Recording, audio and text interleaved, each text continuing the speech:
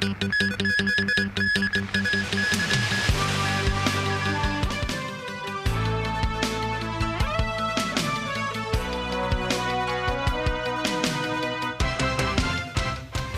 and welcome to TVB News. I'm Melissa Hekalea.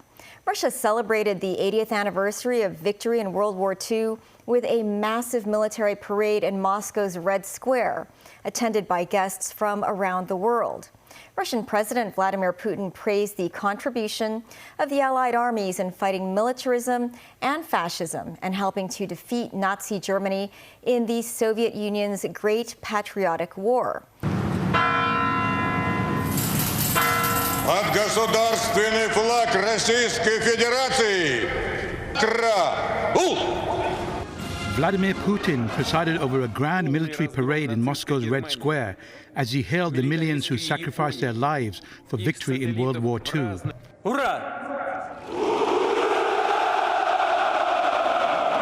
In an address to thousands of soldiers and dignitaries, Putin attributed the final defeat of Nazi Germany, militarized Japan and their satellites to the joint efforts of the Allied forces. Putin highly appreciated the contribution of the soldiers of the Western Allies and the Chinese people, and noted the Soviet Union took upon itself the most ferocious, merciless blows of the enemy. The Soviet Union lost more than 20 million people in World War II, which is officially remembered in Russia as the Great Patriotic War of 1941 to 1945. There was a 1-minute silence dedicated to the victims. More than 10,000 soldiers participated in this year's procession.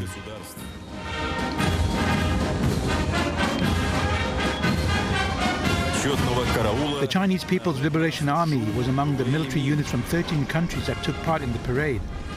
President Xi Jinping and about 24 leaders from other countries, including Belarus, Brazil and Slovakia, joined Putin in the celebrations. The parade featured time-honored weapons from World War II, such as the T-34 tanks. Подполковник Станислав Жуков. Боевые машины пехоты стали надежными помощниками мотострелков.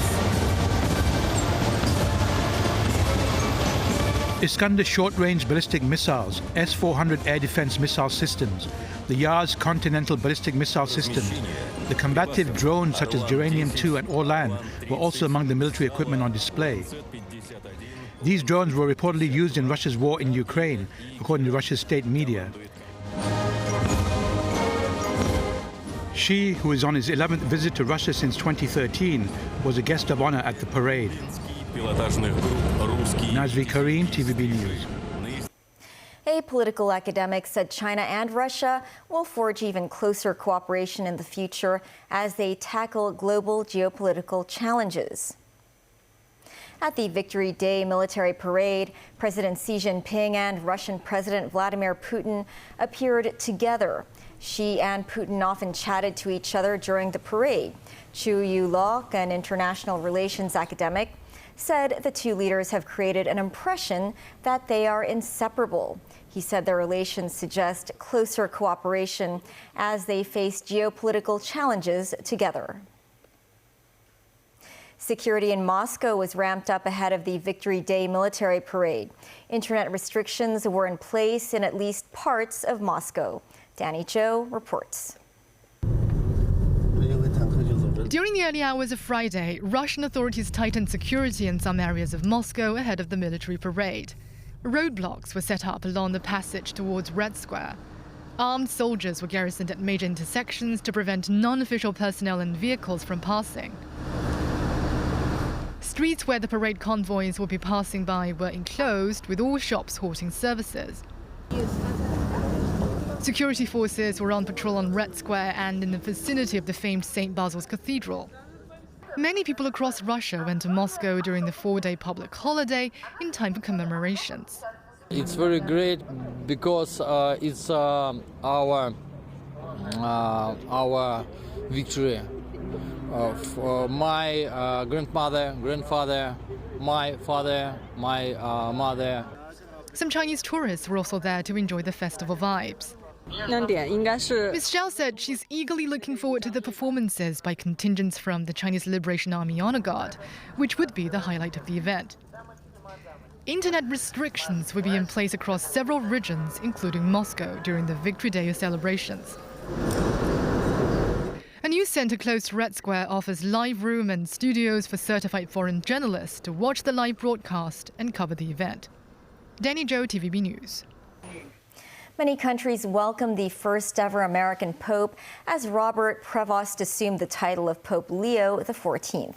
Nazvi Karim with more. The bells of Trujillo Cathedral in Peru tolled to announce the election of Robert Prevost as Pope Leo XIV. This is the Our Lady of Montserrat parish in Trujillo, one of the two parishes Prevost helped build. This was his room in the city. With Leo XIV having spent decades in Peru as a missionary and then an archbishop, even gaining Peruvian citizenship, the parishioners here celebrated his election. We know Father Roberto Prevost, said Jonathan Cruz, a former altar boy for Pope Leo. He was the first parish priest here that did great work in the whole area. In Chicago, Pope Leo's home city, the rector of the Holy Name Cathedral said he felt a divine message. My first reaction when I heard it was announced that Cardinal Robert Prevost was named Pope, I was in absolute shock, happily shocked. Here's the ironic part. When he was named in Chicago, at that moment I looked outside here in Chicago, the sun came out. The sun came out. So someone say, what a coincidence the sun came out. A coincidence is God's way of remaining anonymous. In New York, the iconic Empire State Building lit up in gold and white on Thursday evening to honor the first American Pope. Asia's largest Roman Catholic nation, the Philippines, was hoping Filipino Cardinal Luis Antonio Tagle from the city of Imus south of Manila would become the first Asian Pope. Still, they welcomed the election of the first American pontiff. Alexandra Ivory Bonilla said she was hoping Cardinal Tagle would be chosen, but she said they should accept Pope Leo as God's plan and hopes he performs well in his new position. China congratulated Pope Leo on his election. Foreign Ministry spokesperson Lin Jian said Beijing hopes that the Vatican will continue to have dialogue with China in a constructive spirit and jointly advance the improvement of China-Vatican relations. Nazvi Karim, TVB News. The election of Pope Leo XIV was welcomed by Catholics in Hong Kong. Timothy Lee tells us more. Several Catholics in Hong Kong attended church services on Friday morning at the Cathedral of the Immaculate Conception on King Road after news of Leo XIV's election. A few of the faithful shared their thoughts on the new pontiff. Mrs. Chung says she feels a heavy responsibility after listening to the new Pope's speech. She hopes he will continue the path of Pope Francis and be a man of peace. Some hope Pope Leo XIV, who is the first pope to have been born in the United States, will continue Francis' legacy of fostering an open-minded church. Mr. Ng said he hopes the new pope can lead the church to implement certain reforms. This, as Mr. Poon said that because the new pope is American, it could hint at the possibility of him influencing U.S. President Donald Trump to become more harmonious on international affairs. He also hopes the pope will care more about the poor and the marginalized. The Catholic Diocese of Hong Kong said Cardinal Stephen Chow and all Catholics in the city are grateful to God for choosing Leo as pope. Timothy Lee, TVB News.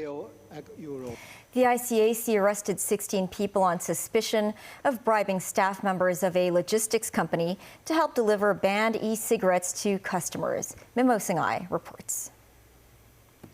In the operation, ICAC officers seized 600 cartons containing more than 200,000 vaping products with an estimated market value of roughly $20 million. The 16 suspects, aged between 24 and 70, include the 7 members of an illegal e-cigarette sales syndicate and 9 employees of a logistics company. The ICAC found the syndicate had been running an online shop selling e-cigarettes and delivering parcels using logistics companies. Since April 2022, the government has prohibited the sale of e-cigarettes in the city. The ICAC said the logistics company involved had tightened its policy after the ban became effective and would not accept delivery requests for e-cigarette products. The company also required staff to inspect parcels received from customers. To circumvent the inspection policy, the arrested syndicate members allegedly offered bribes of up to $20 per parcel to the logistics employees. In return, opposition, the staff are suspected of helping the syndicate deliver about 200 parcels per day. We are in touch with the very senior management of the company all along. So they are very cooperative. And I think in this case, it is an individual incident concerning their individual staff members only. During the operation, the government laboratory conducted tests on seized vaping items and discovered the nicotine content in one product reached 1,000 milliliters, equivalent to the level of 800 traditional cigarettes. Mamus Nai, TVB News.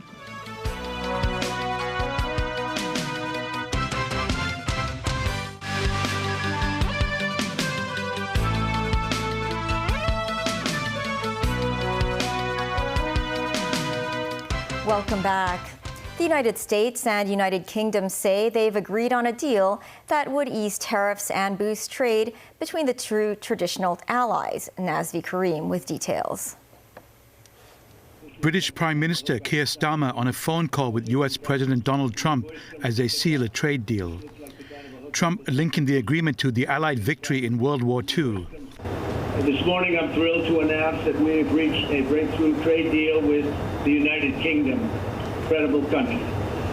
Today is a victory day for World War II. We won the war together exactly 80 years ago, so there could be no more perfect morning to reach this historic agreement. Trump made the announcement on Thursday at the White House, with the deal partially rolling back tariffs in certain sectors and further expanding market access for each other's products.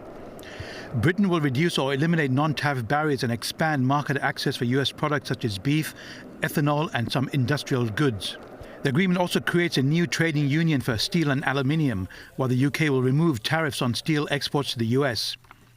Reports say details of the agreement still need to be finalized, and the 10% reciprocal tariff previously imposed by the United States remains in place. Starmer praised the deal.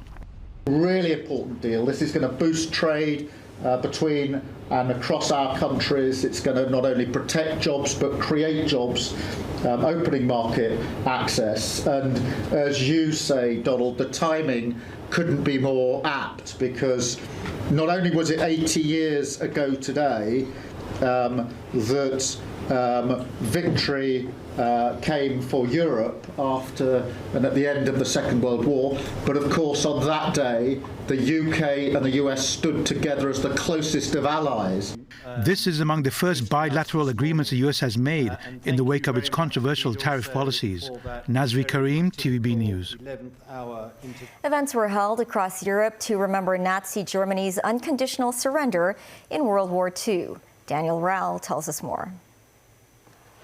Following a sombre Thanksgiving service at Westminster Abbey, Britain's King Charles and senior royals joined 10,000 guests, including veterans, for a music concert at Horse Guards Parade near Buckingham Palace to commemorate the 80th anniversary of Victory in Europe Day. The monarch said the world had a duty to commit to seeking lasting peace and preventing warfare.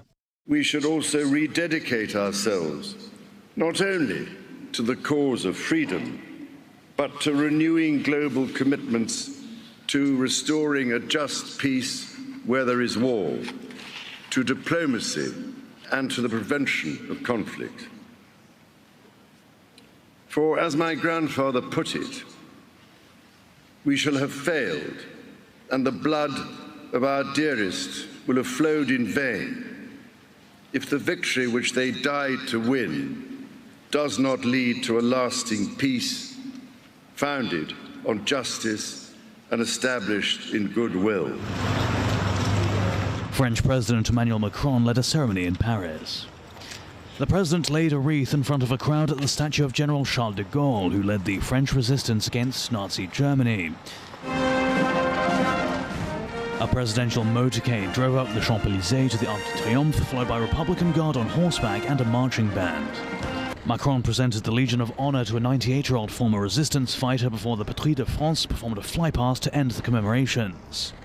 Leading German politicians attended a wreath-laying ceremony at Berlin's Neue Wache. Later, German President Frank-Walter Steinmeier told Parliament Germany's profound thanks still goes to the Allied soldiers who endured great losses in order to defeat the Nazi regime. In Prague, around 400 people dressed in period uniforms and armed with authentic weapons recreated the scenes of urban warfare that marked the Czech capital's liberation from the Nazis.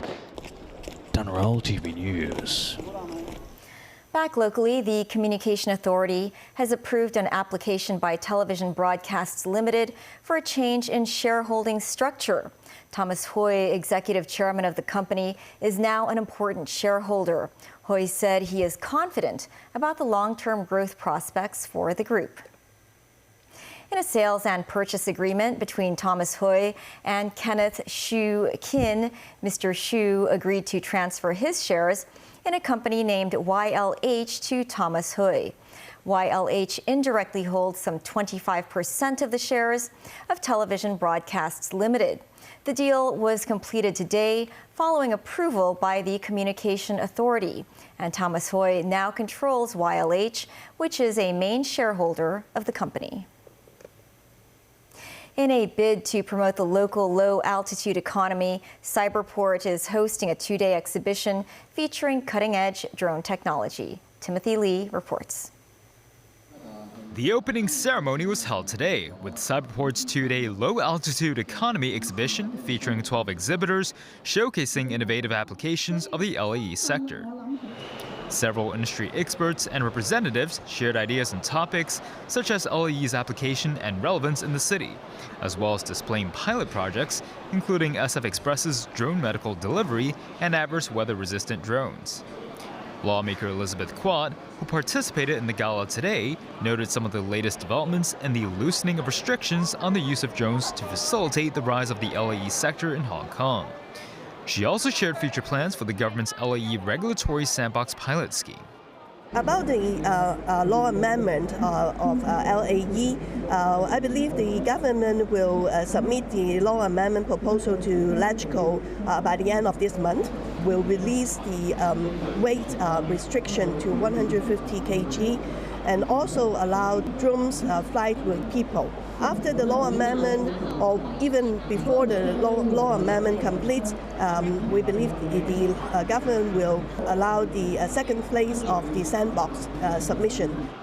During the afternoon, a workshop on low-altitude economy was organized by the Working Group on Developing the Low-Altitude Economy and Cyberport, focusing on the latest technological research and development of the sector in Hong Kong. There, representatives from the Transport and Logistics Bureau, Civil Aviation Department, and Lands Department shared their insights on how to bring about the aerial economic trend in the city. To help improve the connection between Hong Kong and the rest of the Greater Bay Area cities, unmanned aerial vehicles such as this model by Mainland Company have been developed to provide cutting-edge cross-border transport and offer a relaxed aerial cruise. Timothy Lee, TVB News. That's the news. Thanks for watching. Have a great weekend.